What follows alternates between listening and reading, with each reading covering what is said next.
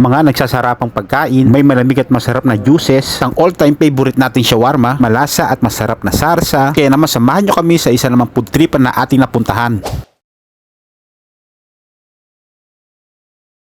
At eto na nga, halina't samahan nyo muli kami na tuklasin natin ang masarap na food tripan dito sa Abu Dhabi. Dahil araw ng linggo ngayon at maghahanap tayo ng isa na namang pinakamasarap na food tripan talaga dito sa Abu Dhabi. Dito nga, dadayo nga tayo sa bago nilang branch dito sa mismong Electra Street, Abu Dhabi City. Dito nga sa bago nilang branch, pinaganda at pinalawak talaga nila ang kanilang pwesto.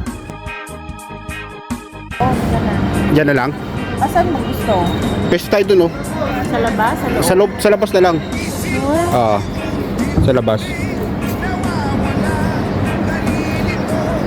Dito nga mga idol, pagpasok natin dito sa kanilang restaurant, meron pala silang malaking dining area mismo dito sa may labas. At kaya naman mas pinili namin na pumesto at dito kami kumain sa mismong labas ng kanilang restaurant. Napakaganda talaga ng kanilang dining area dito sa labas ng kanilang restaurant. Very accommodated din pala ang kanilang mga staff dito bago ka pumasok dito at sasalubungin ka talaga nila. At maraming salamat nga pala kay ate girl dito na siya mismo ang nag-entertain sa amin at bigay ng magandang good service. At kung nagbabalak nga pala kayong pumunta dito, ito pala yung kanilang mga menu at para magkaroon din kayo ng mga idea dahil Ramadan Day pa rin nga dito sa UAE, kailan pa rin natin maghintay bago tayo mag-umpisang kumain. At dahil nag-umpisa na nga rin pala yung Adan, ito yung mga kaugalian ng ating mga kapatid nating mga Muslim na kakain muna ng isang pirasong dates at isusunod naman dito ang pag-inom naman ng tubig na mapakikinggan lang natin ang kanilang pagdarasal.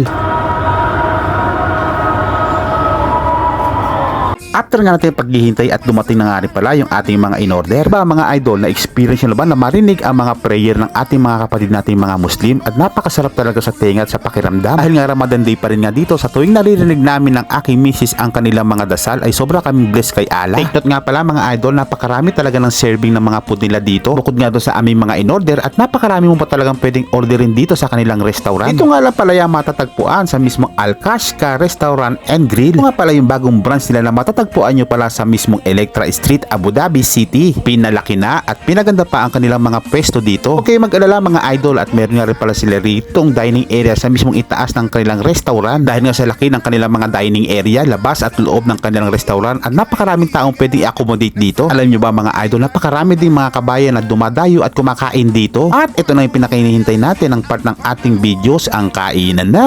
Sulit at napakasarap talaga ng kanilang rice vegetable. Susunod naman natin dito yung masarap nilang pasta. First time nga din namin makatikim ng mga ganitong klaseng pasta. Nagulat nga din kami sa sarap ng lasa ng kanilang mga pasta dito. Isusunod ko namang ibibida sa inyo ang masarap nilang seafood soup. Grabe talaga sila mga idol. Ang napakahusay talaga ng kanilang mga chef dito. Talaga naman pag niluluto yung mga pagkain nyo rito, talaga naman napakalasa at na magugustuhan nyo talaga. Grabe yung soup nila rito, talaga naman napaka-refreshing. Talaga yung lasa talaga naman tamang-tama sa timpla. Kasi katulad ng mga ibang soup na medyo may kaalatan, pero dito sa kanila tamang-tama at balance na balance talaga yung lasa nila. Kaya naman mga idol, kung madalas ka palang nanonood ng aming mga videos, comment naman dyan sa baba kung taga saan ka at para alam namin kung saan na nakakaabot ang aming mga videos. At eto na nga, sigurado yan mga idol, yung iba dito hindi mahilig sa mga vegetable, pero dito sa kanila yung vegetable salad nila napakasarap din to mga idol. At meron din pala silang binibigay na complimentary dito, katulad na lang nga nito sa isang maliit na baso na may kasamang juice ay napakasarap na ito, tamang-tama nga to sa mga kinain nyo pagkatapos. Bali nakakapagpatanggal nga pala siya ng umay habang kumakain kayo, at kaya sobrang nagustuhan nga namin ito at umorder na nga rin pala kami ng isang baso nila rito. Nga din namin alam kung ano ang tawag dito, pero pag umorder kayo nito mga idol, napakasarap nito. Napakasulit at napakasarap talaga ng mga food nila. Siyempre pagkatapos natin pala kumain at titikman din pala natin dito ang masarap nilang shawarma at hindi rin pala mawawala yun sa isa sa mga orderin natin dahil kabilang ito isa sa pinakamasarap at all-time favorite nating shawarma. Sa dami lang na namin natikman na shawarma talaga dito mga idol, talaga magkakaiba talaga ang kanilang mga lasa dahil ang pinagkakaiba talaga dito yung mismong sauce nila at yung marination ng kanilang mga chicken. Overall nga mga